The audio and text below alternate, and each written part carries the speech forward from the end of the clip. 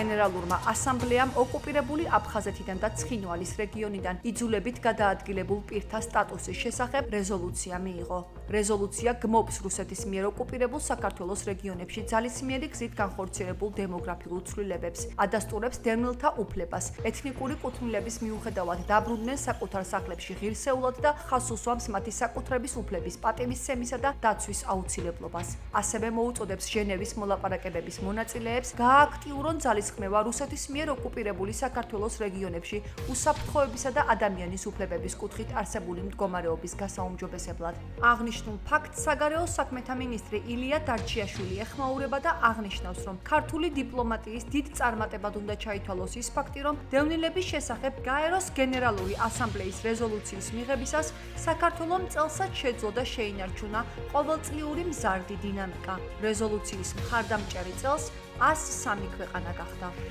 სულს მადლობა გადაუხადოთ ყველა იმ სახელმწიფოს, რომელმაც მხარი დაუჭირა რეზოლუციას და ამით ასობით ათათ იძულებით გადაადგილებულ პირს კიდევ ერთხელ გამოუცხადა თანადგომა და მხარდაჭერა. რეზოლუციის მიღებით საქართველოს საკითხი კვლავ რჩება მსოფლიოს უმაღლესი საერთაშორისო ფორუმის დღის წესრიგში.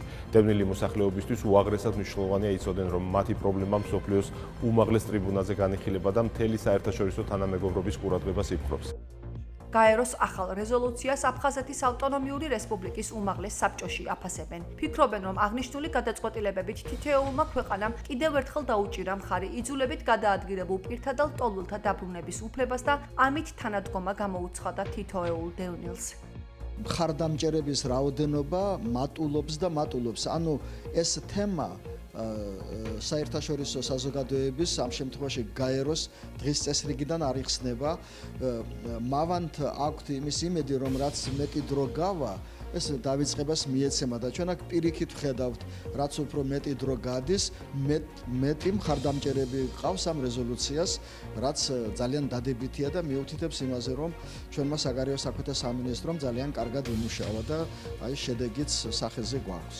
ნებისმიერი ფორმატის საერთაშორისო პოლიტიკური და ჰუმანიტარული არასამთავრობო ორგანიზაციის მიერ მიღებული რეზოლუცია, გადაწყვეტილება, დამოკიდებულების ამსახველი დოკუმენტი, რომელიც დაკავშირებულია აფხაზეთის პრობლემატიკის დარეგულირების საკითხთან მნიშვნელოვანია. მიუხედავად იმისა, რომ მრავალი რეზოლუცია იქნა მიღებული და ხარისხი ეფექტიანობისა, რეალიზაციის, იმპლემენტაციის ამ საკითხებისა შეიძლება ტოვებდებს სურვილს, რომ უფრო ეფექტიანი იყოს, მაგრამ მაინც მიმაჩნია, რომ მრავალი ქვეყნის მიერ მიღებული რეზოლუცია, მიუხედავად ზოგიერთი გამონაკლისებისა, მაინც ტოვებს იმედს, რომ რეზოლუცია უფრო ქმედითუნარიანი იქნება.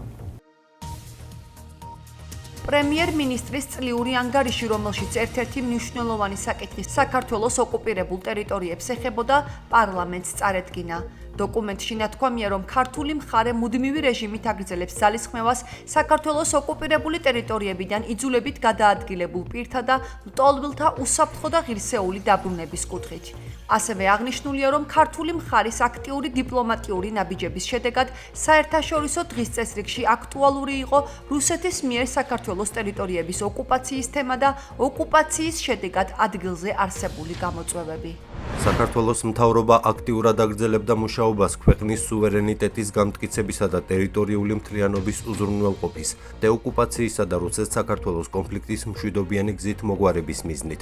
საანგარიშო პერიოდში გამოყენებულ იქნა ყველა დიპლომატიური თუ სამართლებრივი ინსტრუმენტი საერთაშორისო მხარდაჭერის უზრუნველყოფისა და დღის წესრიგში რუსეთის მიერ საქართველოს ტერიტორიების ოკუპაციისა და რუსეთ-საქართველოს კონფლიქტის მშვიდობიანი მოგვარების აუცილებლობის საკითხების აქტიურად დაყენებისთვის.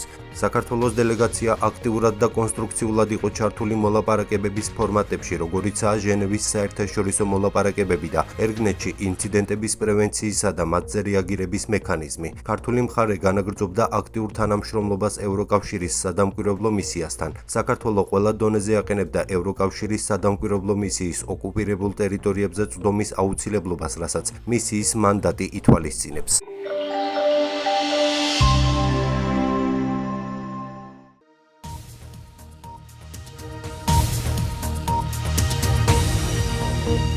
ბათუმში დასრულდა ჟიული შარტავას სახელობის გმირთა ხეივნის სრული რეაბილიტაცია და საფეხმავლო სახიდე გადასასვლელების მშენებლობა. ზაფხულის ტურისტული სეზონისთვის ბათუმს ახალი დასასვენებელი სივრცე შეემატა. შესრულებულ სამუშაოებს საქართველოს პრემიერ-მინისტრი ირაკლი კობახიძე გაეცნო. პროექტის დეტალებზე ინფორმაცია მთავრობის მეთაურს რეგიონული განვითარებისა და ინფრასტრუქტურის მინისტრმა ირაკლი ქარსელაძემ მიაწოდა. პროექტის ფარგლებში გამოიცვალა მიწისქვეშა კომუნიკაციები, მოეწყო სარწყავი სისტემა, საფეხმავლო ბილიკები, კომერციული და მოსასვენებელი სივრცეები, შადრევნები, ველოსადგომები და დამონტაჟდა სხვადასხვა სახის დეკორატიული სანათები. გმირთა ხეივნის რეაბილიტაციის პროექტი, რომელიც რეგიონული განვითარებისა და ინფრასტრუქტურის სამინისტროს მუნიციპალური განვითარების ფონდმა განახორციელა, სახელმწიფო ბიუჯეტიდან 25 მილიონი ლარით დაფინანსდა. ქალაქ ბათუმში შეიქმნა ურბანულ წიაღში გამწვანების კილომეტრზე მეტი სიგრძის ზოლი, დამატებით 3 ახალი ხიდი აშენდა და მოეწყო, რომელიც მთელი ეს ინფრასტრუქტურა სრულად ადაპტირებულია, რა თქმა უნდა, შეზღუდული შესაძლებლობის პირებისთვის და ქალაქ ბათუმში ამ ურბანულ ნაწილში, სადაც განვითარება მაღალია და შესაბამისად დატვირთულობაც ძალიან დიდია, მოსახლეობას, ადგილობრივ მოსახლეობას და ტურისტებს ექნებათ საშუალება მიიღონ ის კეთილდღეობა, რასაც ქვია 1 კილომეტრის სრულად ახალი მწვანე ბულვარი და დამატებით ისარგებლონ იმ სხვა ეკონომიკური შესაძლებლობებით, როგორიც არის მაგალითად მოწყობილი კაფეებისთვის ადგილები, მაღაზიებისთვის ადგილები და თუნდაც მარტივად ის ინფრასტრუქტურა, რომელიც არის თანამედროვე ტექნოლოგიებით აღჭურვილი, დაისვენონ, ისარგებლონ და ტბასთან და ზღვასთან კონდეთ პირდაპირ და უსაფრთხო კავშირი. აფხაზეთის უმაღლეს საბჭოში ინტერპელაციის წესით აფხაზეთის ავტონომიური რესპუბლიკის ჯანმრთელობისა და სოციალური დაცვის მინისტრს ლევან ჩაკვეტაძეს მოусმინეს. კითხვები ეხებოდა ჯანდაცვის პროგრამებსა და მათი ხელმისაწვდომობის ზრდას, ოკუპირებული გალის რაიონის ტერიტორიაზე არსებული სამედიცინო დაწესებულებების მდგომარეობას, მათი მუშაობის გაუმჯობესებას და მომსახურების არეალის გაფართოებას, ასევე ბენეფიციართა სოციალური მდგომარეობიდან გამომდინარე ჯანდაცვის უწყების ფინანსების სწორ და რაციონალურ გამოყენებას, თანადაფინანსებისა და კრიტერიუმების შემუშავების საკითხებს. მინისტრმა ისაუბრა ოკუპირებულ ტერიტორიაზე მცხოვრები და აფხაზეთიდან დევნილი მოსახლეობის საჭიროებებზე, მათ წინაშე არსებულ გამოწვევებზე, სამინისტროს ინიციატივითა და ჩართულობით მომზადებულ პროექტებზე. აფხაზეთის ავტონომიური რესპუბლიკის ჯანმრთელობისა და სოციალური დაცვის სამინისტროს მიერ უმაღლეს საბჭოში ჩატარდა ინტერპელაციის წესით ინფორმაციის მიწოდება საკანონმდებლო ორგანოზე. გაუზიარეთ სამინისტროს მიერ განხორციელებული საქმიანობა 2023-24 წლის მოცემულობით აღნიშნული შეხვედრები გაგრძელდება მომავალშიც. კოლეგებმა შეაფასეს დადებითად გაწეული მუშაობა, ჯანდაცვის სამინისტროს მიერ გაწეული მუშაობა. ჯანდაცვის სამინისტრო ჩვენი ისეთ სფეროს ემსახურება, რომ აქ პრობლემები ყოველთვის არსებობს, გასაგებია, იყო ამ პრობლემებზეც ბუნებრივია საუბარი. აღინიშნა და ეს ამას ხაზი უნდა გაესვას, რომ უმაღლეს საბჭოსა და ამ სამინისტროს შორის განსაკუთრებული ურთიერთობა არსებობს ძალიან მჭიდრო კავშირი. ჩვენი ჯანდაცვის კომიტეტი და ჯანდაცვის სამინისტრო ერთობლივად მუშაობენ, ძალიან კარგად თანამშრომლობენ და ეს იძლევა ძალიან კარგ შედეგს.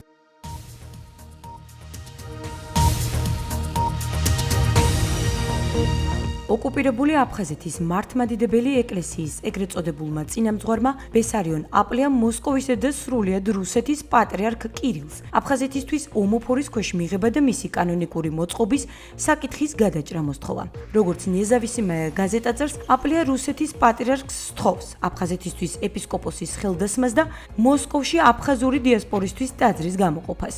გამოცემის ინფორმაციით აპლია დარწმუნებულია, რომ მისი პოზიცია ერთადერთი და სწორია. თუმცა თulis, რომ მისი გეგმების რეალიზაციას ხელს მოსკოვში მოღვაწე გავლენიანი ქართველები უშლიან. აფხაზეთის საინფორმაციო ანალიტიკურმა ცენტრმა საკითხთან დაკავშირებით კომენტარი რელიგიის საკითხთა ექსპერტს და თეოლოგს ბესიკ გამყრელიძეს სთხოვა. როგორც ირკვევა, აპლიას მხრიდან მსგავსი ნაბიჯი პირველი არ არის და რუსეთის პატრიარქისთვის იგივე თხოვნით არაერთხელ მიუმართავს. ახალი ათონის მონასტრის დროებითი მმართველი, ქართული მართლმადიდებელი ეკლესიის კლერიკი იეროდიაკონი დავით სირია აცხადებს, რომ დროა საკითხი მოლაპარაკების მაგიდასთან გადაწყდეს. ბესარიონ ფილია, იგივე აფილია, თვითნებურად ცდილობს, რომ ჩამოაყალიბოს აფხაზეთის ეგრეთ წოდებული ავტონომიური საეკლესიო ერთეული, როგორც წარსულში, ასევე ახლაც მიმართავს რუსეთის ავტოკეფალურ მართლმადიდებელ ეკლესიას მისთვის გარკვეული ტიპის, ასე ვთქვათ, დამოუკიდებლობის მიცემის სურვილით. მაგრამ როგორც წარსულში ახლაც რუსეთის ეკლესიამ თავიდან თითქოს დააიმედა ისინი, მაგრამ ამჟამადაც საბოლოოდ წავიდა საკითხი იმგვარად, რომ ბესარიონ აფილიას ვიზიტი, რომელიც დაგეგმილი იყო რუსეთში, ჩაიშალა. სავარაუდოდ ვიზიტს წინ უძღოდა ის ფაქტი, რომ მიტროპოლიტი ანტონი, რომელიც გახლავთ საგარეო განყოფილების თავმჯდომარე რუსეთის ეკლესიისა, საკითხში დიდად ვერ ერკვეოდა ბოლომდე, იმიტომ რომ ახალი დანიშნულია, ალბათ მან ჩანიშნა ეს ვიზიტი, მაგრამ საბოლოოდ, როდესაც მოხდა გარკვევა საკითხისა, ვინაიდან ცნობილია ის ფაქტი, რომ რუსეთსა და საქართველოს ეკლესიებს შორის დღემდე არსებობს ისეთი ურთიერთობები, რომელთა გაფუჭებაც არ აწყობს არც რუსეთის ეკლესიას, რადგან ეს ასე ვთქვათ, საქართველოსზეც და საქართველოს ეკლესიაზეც შანტაჟის მდგომარეობის ქონას უწყობს ხელს, ამიტომაც ეთყობა ჩათვალეს, რომ ამ შემთხვევაში აფხაზების მიღება გაამწვავებდა საქართველოს ეკლესიასთან ურთიერთობას და ამიტომ ეს ვიზიტი თვითონვე ჩაშალეს. მიუხედავად იმისა, რომ საქართველოს კათოლიკოს პატრიარქს არ იხსენიებენ როგორც ხუმაფხაზეთისა და ბიჯვინთის მიტროპოლიტს, ისინი დოკუმენტებში ჯერჯერობით არაფიქსირებენ იმ პოზიციას, რომ აფხაზეთი როგორც საეკლესიო ერთეული არ გახლავთ საქართველოს ეკლესიის ნაწილი, შესაბამისად ჯერჯერობით იმ საკითხის განხილვა, რომ აფხაზებს მისცენ რაიმე ტიპის ავტონომია და ამ საკითხთან დაკავშირებით შეხვედრები რუსეთში, დამძაბველი აღმოჩნდებოდა რუსეთსა და საქართველოს ეკლესიებს შორის ურთიერთობის. ოკუპირებული აფხაზეთის ეგრეთ წოდებული პრეზიდენტის ადმინისტრაციის, მინისტრთა კაბინეტისა და პარლამენტის შენობებთან მისასვლელი გზა ჩაიკეტა. 10 მილიონი რუბლი ეს ის თანხაა, რომელიც ბიუჯეტიდან ეგრეთ წოდებული სამთავრობო შენობის ირგვლივ რკინის ღობის შემოსავლებად გამოიყო. რკინის კონსტრუქციების გამოჩენით აღშფოთებულია ადგილობრივი მოსახლეობა და მედია. ფაქტი უკვე შეფასდა როგორც საკუთარი ხალხისგან ეგრეთ წოდებული ხელისუფლების განცალკევება. ოკუპირებულ აფხაზეთში ფიქრობენ, რომ დე-ფაქტო მთავრობა და პარლამენტი ანტიაფხაზური ეგრეთ წოდებული კანონების მისაღებად ემზადება. მათ შორისაა ეგრეთ წოდებული შეთანხმება ოკუპირებული ბიჭვინთის აგარაკების შესახებ, რასაც თავის დროზე დე-ფაქტო პარლამენტის შენობასთან ადგილობრივების პროტესტი მოჰყვა. ფაქტს ქართველი ექსპერტ-ანალიტიკოსები ეხმაურებიან. მათი შეფასებით ოკუპირებულ აფხაზეთში მოქმედი საოკუპაციო რეჟიმი ტრადიციულად კარჩაკეტილ ანექსიურ ეგრეთ წოდებულ პოლიტიკას ატარებს. სამთავრობო შენობის ირგვლივ ლითონის ღობის აღმართვა დიდი ალბათობით დე-ფაქტო ხელისუფლების სამომავლო მნიშვნელოვან ანექსიურ ნაბიჯებს უკავშირდება. ძირითადად გამოითქმის ორი არგუმენტი, თუმცა მესამე მთავარი არგუმენტი ნაკლებად გამოითქმის, მაგრამ მთავარი სწორედ ის არის. ერთი რომ დაიხარჯა 10 მილიონამდე რუბლი, რაც აფხაზური ბიუჯეტისთვის, ეგრეთ წოდებული ბიუჯეტისთვის საკმაოდ დიდი თანხა არის. იქ შედარებაც იყო გაკეთებული, რომ გასულ წელს ახალგაზრდული პოლიტიკისთვის მთლიანად 10 წლის განმავლობაში იყო ეს თანხა ანალოგიური თანხა დახარჯული, შესაბამისად ამ ხარჯებს არ ამართლებენ ამ თვალსაზრისით. მეორე მიზეზი, ასე ვთქვათ, რომელსაც ასევე აქტუალურად საუბრობენ, არის ის, რომ აფხაზური ეგრეთ წოდებული ხელისუფლება და ხალხს შორის ისეთი დიდი სოციალური დისტანცია არ იყო. მთავარი მიზეზი რაც არის, მოგეხსენებათ, აფხაზეთში ხელისუფლების საკითხი სამჯერ უკვე გადაწყვიტა მასობრივმა საპროტესტო გამოსვლებმა. ეს ხელისუფლება დღევანდელი დე-ფაქტო ხელისუფლება ჟანია მოსულია ამ საპროტესტო აქციების შედეგად საბოლოო ჯამში და თვითონაც ეშინია, რომ ხელისუფლების დათმობა მოუწევს საპროტესტო აქციების შედეგად. ამიტომ ცდილობს თავი, ასე ვთქვათ, თავის ხელისუფლება დააზღვიოს ამ რისკებისგან და ისეთი, ასე ვთქვათ, ბარიერები აღმართოს მომიტინგეების წინაშე, როგორც არის ეს რკინაბეტონის კონსტრუქციები, რაც იქ გაკეთდა. Telegram არხებში, სოციალურ ქსელებში ყველგან არის ძალიან დიდი კრიტიკა. ამას დაემატა ის, რომ ოპოზიციურმა პარტიებმაც და სხვადასხვა სამოქალაქო ორგანიზაციებმა გააკეთეს, ასე ვთქვათ, განცხადება და დაგმეს ეს შემოღობა და დაარქვეს როგორც შემოღობა ხალხისგან. იმიტომ რომ ჩვენ ვიცით, რომ ახლოვდება არჩევნები, ასევე არის ხალხში ის აზრი, რომ აპირებენ მიიღონ არაპოპულარული კანონები, როგორც არის აპარტ ოტელებზე და ასე ვთქვათ, ეგრეთ წოდებული უცხო აგენტების კანონი. აქედან გამომდინარე, ყველა გამოკითხვებში ძალიან დაბალი პოპულარობით სარგებლობს, ასე ვთქვათ, მარიონეტული რეჟიმის ეგრეთ წოდებული პრეზიდენტი ასლამჟანია და ყველა ვარაუდობს იმას, რომ ეს შემოღობა არის, ასე ვთქვათ, წინასწარ მიღებული ზომები ხალხის წინააღმდეგობის აღსაკვეთად.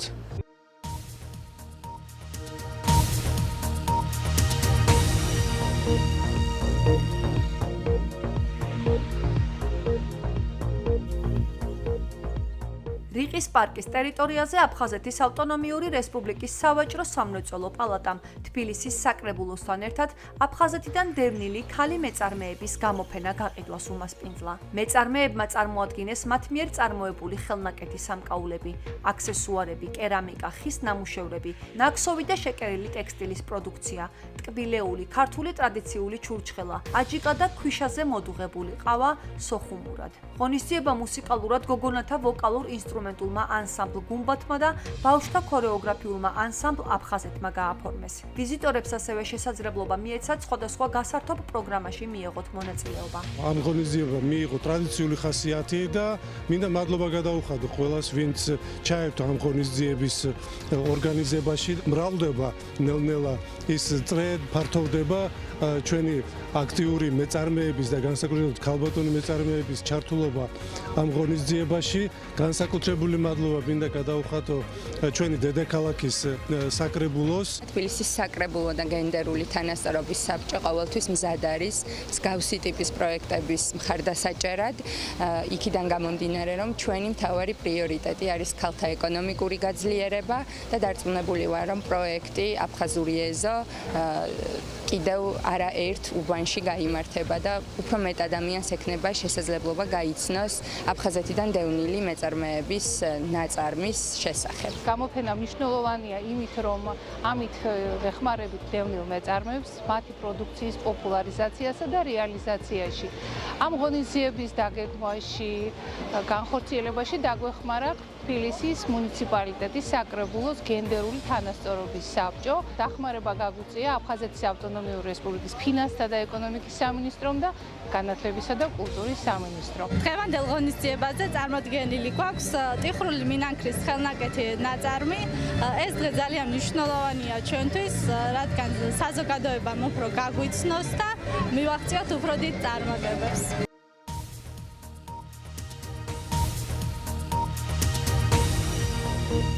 აფხაზეთის დღესა და ბავშვთა დაცვის საერთაშორისო დღესთან დაკავშირებით აფხაზეთის ავტონომიური რესპუბლიკის უმაღლეს საბჭოში ღონისძიება აფხაზეთობა 2024 გაიმართა. პროექტის ფარგლებში საქართველოს საჯარო სკოლებს გაეგზავნათ მოწვევა, რომ მოსწავლეები ჩართულიყვნენ სხვადასხვა საკონკურსო მიმართულებაში: კალიგრაფიული წერა, მხატვრული კითხვის კონკურსი, თავისუფალი წერა და ხატვის კონკურსი. ღონისძიების მიზანი აფხაზეთის თემასთან დაკავშირებით მოსწავლეების ცნობადობის ამაღლება იყო, რომელმაც საქართველოს ყველა რეგიონი მოიცვა. კონკურსის ფარგლებში გამოვლიდნენ გამარჯვებული მოსწავლეები, რომლებსაც გადაეცათ სპეციალური პრიზები, ასევე უმაღლესი საბჭოს სიგელები.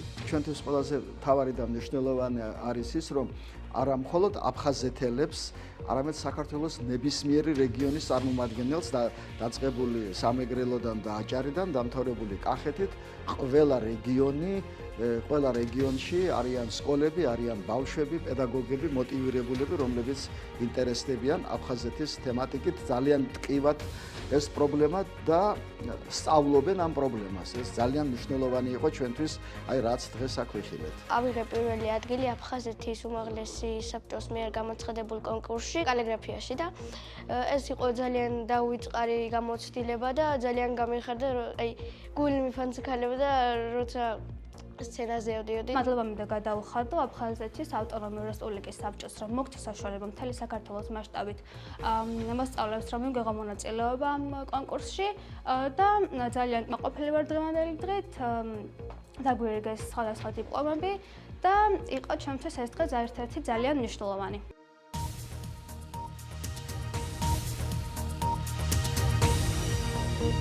კორპორაციული სოციალური პასუხისმგებლობა ევროკავშირისა და საქართველოს ურთიერთობების კონტექსტში. ამ სახელწოდებით გაიხსნა საზაფხულო სკოლა 2024 სოხუმის სახელმწიფო უნივერსიტეტში. სწავლების მიზანია გაზარდოს სტუდენტთა ცნობიერება ევროკავშირის შესახებ, ევროპული ღირებულებების პოპულარიზაცია, საქართველოს ინტეგრაცია ევროკავშირში, გარემოსდაცვითი სოციალური პასუხისმგებლობა ევროკავშირში და სხვა. ლექციებსა და სემინარებს ჩაატარებენ ქართველი და უცხოელი პროფესორები და დარგის აღიარებული ლიდერები. საზაფხულო სკოლისთვის სპეციალურად შეირჩა მაღალი აკადემიური მოსწრების 150 სტუდენტი. ნიშანდობლივია, რომ ეს საზაფხულო სკოლა გამიზნულია საგანმანათლებლო პროგრამის სტუდენტებზე, როგორც საბაკალავრო, ისევე სამაგისტრო პროგრამის სტუდენტებზე. ეს არის პირველი შეხვედრა ამ საზაფხულო სკოლის ფარგლებში. მინდა ასევე აღვნიშნო, რომ ეს პროექტი 3 წლიანია. შარშან პირველად ჩავატარეთ საზაფხულო სკოლა, იყო ძალიან წარმატებული და აი წელს მეორედ სტარდება და შესაბამისად მომავალში კიდევ ერთი შანსი ეძლევა სტუდენტებს სრულიად უფასოდ მიიღონ მონაწილეობა ამ 7 დღიან საზაფხულო სკოლაში. უნივერსიტეტში ტარდება საზაფხულო სკოლა, რომელიც ემსახურება სტუდენტი ახალგაზრდობისათვის იმ ცოდნის გადაცემას და უნარების გამომუშავებას, რომელიც უკავშირდება არა მარტო ჩვენი უნივერსიტეტის, არამედ ჩვენი ქვეყნის ევროინტეგრაციას და იმ სოციალურ პასუხისმგებლობას, რომელიც აუცილებელია ქვეყნის განვითარებისათვის, სტუდენტი ახალგაზრდობის დაინტერესებისათვის და ზოგადად წარმატების მიღწევისათვის. ასე რომ ეს ღონისძიება თავისი მნიშვნელობით განსაკუთრებულია. ძალიან მნიშვნელოვანი პროექტი არის.